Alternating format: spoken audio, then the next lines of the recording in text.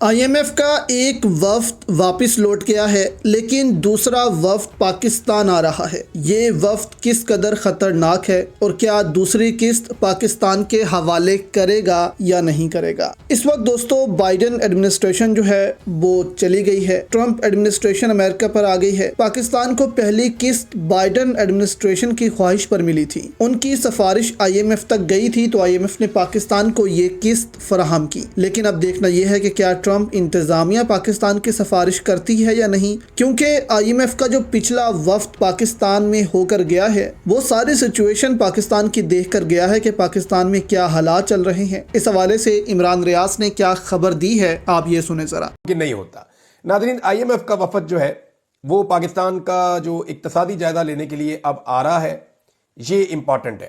آج سے یہ مذاکرات شروع ہو جائیں گے اور 14 مارچ تک یہ مذاکرات رہیں گے۔ اس سے پہلے آپ کو پتہ ہے کہ IMF کا جو ایک اور وفد پاکستان میں آیا تھا اور انہوں نے ایک ایک ادارے کا ایک ایک چیز کا جائزہ لیا تھا۔ اتنی ڈیپتھ میں وہ کبھی نہیں گئے تاریخ میں۔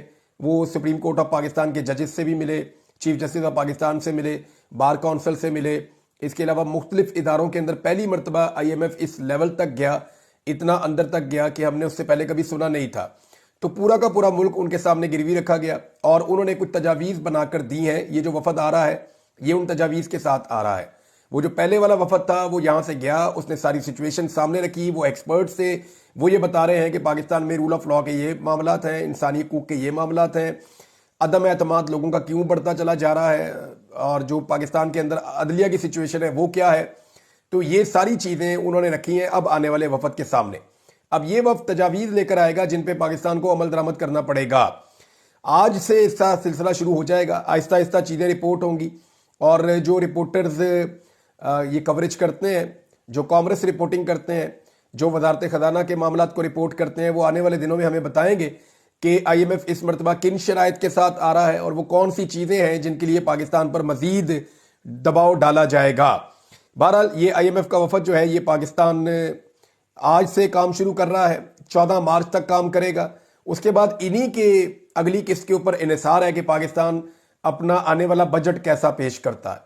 دیکھیے، پاکستان کی حکومت ایک نیا بجٹ بنانے جا رہی ہے، اپریل اور مئی میں اس بجٹ کی تیاریاں ہونی ہے، بلکہ اب سے کام شروع ہو چکا ہے اور جون میں یہ بجٹ پیش کیا جائے گا۔ معیشت کی صورتحال آپ کے سامنے ہے، پاکستان کی بہت ہی پتلی حالت ہے۔